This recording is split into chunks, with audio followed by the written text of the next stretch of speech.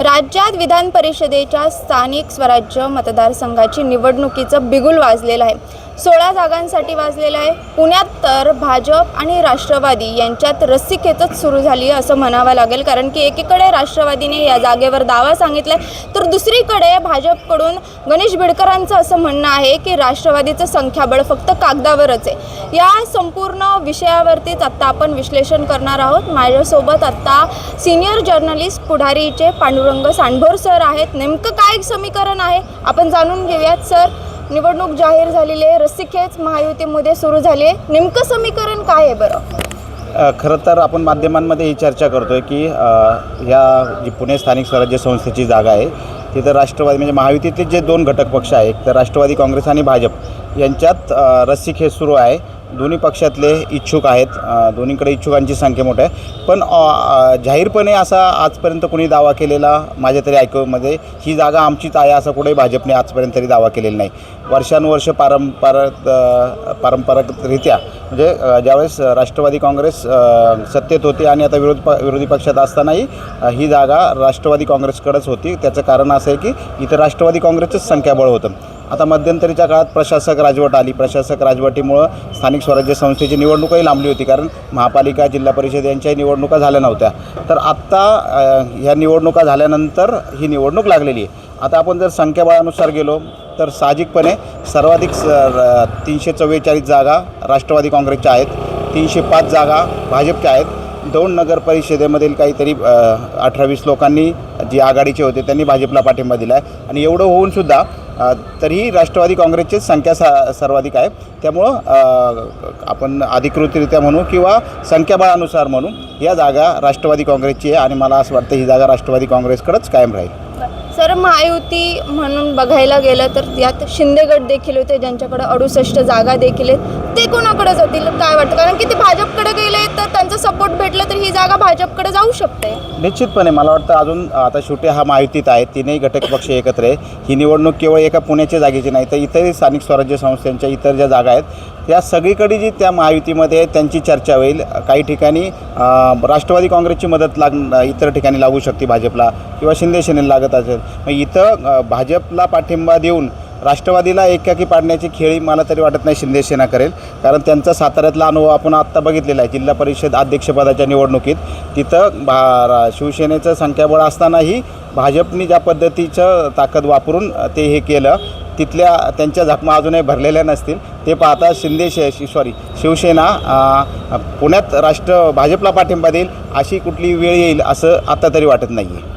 Sir, एक सगळ्यात या सगळ्यात बघायला गेले महत्त्वाचा प्रश्न उपस्थित होतो, तो म्हणजे राष्ट्रवादीचे म्हणजे बऱ्याच अशा बातम्या देखील येतात की त्यांच्याकडे सध्या सुनेत्रा पवार असतील किंवा पार्थ पवार असतील यांनी पक्ष संघटनेकडे पुण्यातली लक्ष दिलेलं नाही। त्याच्यामुळे काय होतं की राष्ट्रवादीकडे बरेच वेळा असं होतं की त्यांच्याकडे नेतृत्व नसेल तर ते चलबिचल होतात, आणि याच्यातूनच भाजप त्यांचे काही नगरसेवक फोडू शकतात।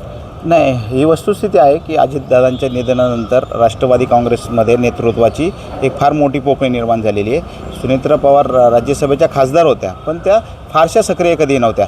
पार्थ पवार कधीही संघटनेत फ्रंट लेवलला काम करत नव्हते, ते पडद्याच्या मागं काम करत होते।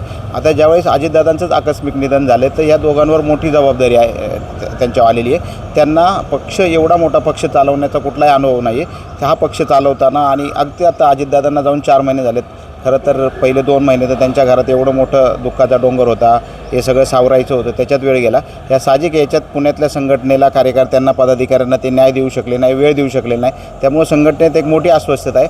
अस्वस्थता ही पण आहे की पुढच्या कालावधीत अजितदादांसारखं नेतृत्व आपल्या पाठीशी नाही। कार्यकर्त्यांचा हा अनुभव होता, कुठली अडचण आली काय आलं तर अजितदादांकडे जायचं, अजितदादा संबंधित अधिकाऱ्याला फोन लावणारा आणि काम होणार।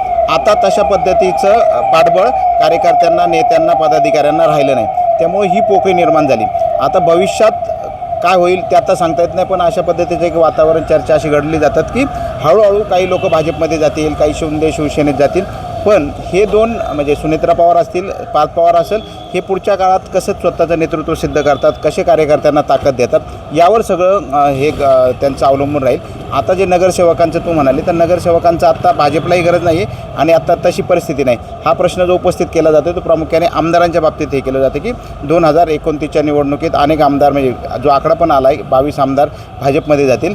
याच्यात थेट तथ्य म्हणता येणार नाही, पण जर ह्या जे आमदार असतील किंवा इथले जे पदाधिकारी असतील किंवा इच्छुक असतील त्यांना जर ताकद मिळाली नाही तर निश्चितपणे त्यांना जिकडं अनुकूल वातावरण असेल ते जे ज्या कम्फर्ट झोन ज्या पक्षात मिळेल तिकडे ते 100% जाऊ शकतात. अजित पवार म्हटले होते की किल्ला कोणाचा आहे हा तुम्हीच बघा. आता सुनेत्र पवारांची ही परीक्षा म्हणावी लागेल का? कारण थोड्या वेळापूर्वीच मी गणेश बिडकरांशी जेव्हा बोलले तेव्हा ते म्हटले की हे संख्याबळ फक्त कागदावरच आहे, आम्ही काय यावर अधिकार ठोकू नये म्हणून. अजित पवारांनी मला वाटतं बरोबर वक्तव्य केलं होतं. कारण ह्या जिल्ह्यात ठीक आहे पुणे आणि पिंपरी चिंचवड महापालिकेत दोन्ही भाजपची ताकद वाढली आणि त्यांचं संख्याबळ काही प्रमाणात वाढलं आहे पुणे जिल्ह्यात स्थानिक स्वराज्य संस्थेत. पण तरीही आपण आकडेवारी बघितली, मी सुरुवातीलाच म्हटलं की राष्ट्रवादी काँग्रेसचे 344 सदस्य आहेत स्थानिक संस्थेचे आणि भाजपचे 305 आहे. आता तुम्ही दौंडचा पाठबळ घेऊन तुमची संख्या वाढते पण राष्ट्रवादी काँग्रेसपेक्षाही ती कमीच होती आहे. अशा परिस्थितीत जर गणेश बिडकर म्हणत असेल की कागदाला किंमत नाही तर आपल्या लोकशाही प्रक्रियेत कागदच बोलतो, तुमची अधिकृत आकडेवारी काय आहे यालाच महत्त्व आहे. मला वाटतं बिडकर पुणे महापालिकेचे सभागृह नेते आहेत, त्यांनी हे वक्तव्य काय केलं हे तेच सांगू शकतील. पण शेवटी तुमचं संख्याबळ कागदावरच महत्त्वाचं आहे ना. ही काही जनतेतली निवडणूक नाही आहे ना. ही जेवढे काय तुमचे 800-900 मतदार आहेत त्याचे आणि त्या संख्याबळानुसार राष्ट्रवादीच काँग्रेसची ताकद आहे. हां, तुमच्यात जर समोरासमोर निवडणूक होणार असेल तर हे ठरेल, पण आज तुमची महायुती आहे आणि महायुतीत जर तुम्ही दोस्तीत कुस्ती करणार असेल तर हा प्रश्न येऊ शकतो. पण मला वाटत नाही की महायुतीत दोस्तीत कुस्ती होईल. ही निवडणूक महायुती म्हणून एकत्रच लढवली जाईल.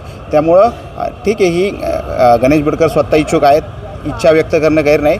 त्यांनी पुढचा प्रश्न तोच होता की अजित पवारांच्या राष्ट्रवादीतून कोण इच्छुक आहेत, कोणाची नावं समोर येतात आणि भाजपमधून कोण? नाही 100% आपण गणेश बिडकर स्वतः इच्छुक आहेत, अनेक वर्ष इथे काम करतायत संघटनेत आणि त्यांनी त्यांच्या दावा करणं मला वाटतं अजिबात गैर नाही आहे. गणेश बिडकर असतील, जगदीश मुळीकांचं नाव आहे, राजेश पांडे आहेत, भरपूर इच्छुक आहेत. म्हणजे इच्छुकांची संख्या काही कमी नाही आहे. जिल्ह्यातूनही प्रदीप कंद आहे, संग्राम थोपटे आहेत, संजय जगताप आहेत, हे सगळे माजी आमदार.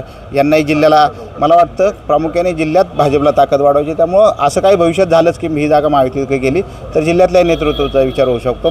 आता आपण राष्ट्रवादी काँग्रेसमध्ये विचार केला तर राष्ट्रवादी काँग्रेसमध्ये पुण्यात शहराध्यक्ष आहे सुनील टेंगरे इच्छुक आहेत, दीपक मानकर इच्छुक आहेत, योगेश बहल पिंपरी चिंचवडमधून इच्छुक आहे, रणजित शिवतारे जे पुणे जिल्हा परिषदेचे माजी सदस्य आहेत ते इच्छुक आहे. इच्छुकांची संख्या भरपूर आहेत, दिलीप मोहिते खेडचे माजी आमदार. पण शेवटी पक्ष हाच विचार करेल की भविष्यात कोण संघटनेला ताकद देऊ शकतो आणि कोण हे म्हणजे कोण तेवढ्या क्षमतेचं आहे हे बघूनच हे होऊ शकतं. आता आयत्या वेळी एक नाव पुढे येतं आहे चर्चेत, विक्रम काकडे, माजी खासदार संजय काकडे भाजपचे जे होते त्यांचे चिरंजीव जे हे खासदार पार्थ पवारांचे मित्र आहेत, ज्यांचं नाव राज्यपाल नियुक्त कोट्यातून आमदारांसाठीही चर्चेत आलं होतं. आत्ताही त्यांचं नाव चर्चेत आलं आहे. पण मला वाटतं हा निर्णय कितपत अशा पद्धतीचं नाव की जे पक्ष संघटनेत काम करत नाही आहे आणि आयत्या वेळी पुढं आणून कार्यकर्त्यांना दुखवलं जाईल का याच्याबद्दल नक्कीच साशंकता आहे. त्यामुळं नाव कुणाचंही येऊ शकतो पण हा निर्णय फार विचारपूर्वक बारकाईने घेतला जाईल. एक शेवटचा प्रश्न सर, ही जागा खेचून आणण्यासाठी दोन्ही एक पक्ष जे आहेत महायुतीतले त्यांच्यात घासाघासी पक्ष श्रेष्ठींपर्यंत होईल का? मला वाटतं पक्षश्रेष्ठीपर्यंत होणार नाही. कारण ही जागा जर भाजपने राष्ट्रवादीकडून काढून घेतला तर फार चुकीच्या पद्धतीचा मेसेज महाराष्ट्रात जाईल. अजित पवारांच्या निधनानंतर जर अजित पवारांचा बालेकिल्ला, अजित पवारांचा स्वतःचा जिल्हा, त्याच्यात जर त्यांचं स्वतःचं वर्चस्व असलेली जागा जर भाजपने हिसकवली तर महाराष्ट्रात मला वाटतं फार चुकीचा मेसेज जाईल. त्यामुळं भाजपचे चाणक्य, भाजपचे नेते अशा पद्धतीचा कुठलाही निर्णय घेण्याची घाई करणार नाही. एका आमदाराने भाजपला काय फार मोठा आत्ता फरक पडणार नाही. त्यांच्याकडं व्यवस्थित संख्याबळ विधानसभेत आहे, परिषदेतही त्यांच्या व्यवस्थित जागा आहेत. त्यामुळं मला वाटतं अशा पद्धतीचा निर्णय या परिस्थितीत तरी भाजप घेईल असं मला वाटत नाही. हवं तर काही जागा परभणी असतील किंवा रायगडच्या जागेबद्दल चर्चा चालू आहे, तिथं काही चर्चेने मार्ग सोडू शकतो. पण पुण्याच्या जागेबद्दल ठीक आहे, इच्छा व्यक्त करणं आपण म्हटलं सुरुवातीला की इच्छा व्यक्त करणं गैर नाही कार्यकर्त्यांनी, पण नेते याबाबत फार सावधगिरीने आणि चर्चा करूनच निर्णय घेतील. सर खूप खूप धन्यवाद या सविस्तर विश्लेषणासाठी. आता आपल्यासोबत पांडुरंग सांडभोर सर होते. सध्या पुण्याचं राजकीय गणित किंवा समीकरण कसं आहे या निवडणुकीसाठी हे आपण जाणून घेतले. 1 जूनपर्यंत अर्ज भरू शकतात. मात्र आता बघू शकतो राष्ट्रवादी नेमकी कोणाला उमेदवारी देते आणि दुसरीकडे भाजप जे आहे ते कोणाला संधी देते हे पाहणं आता महत्त्वाचं आहे. शिवानी लकडे, टाइम्स ऑफ महाराष्ट्र, पुणे.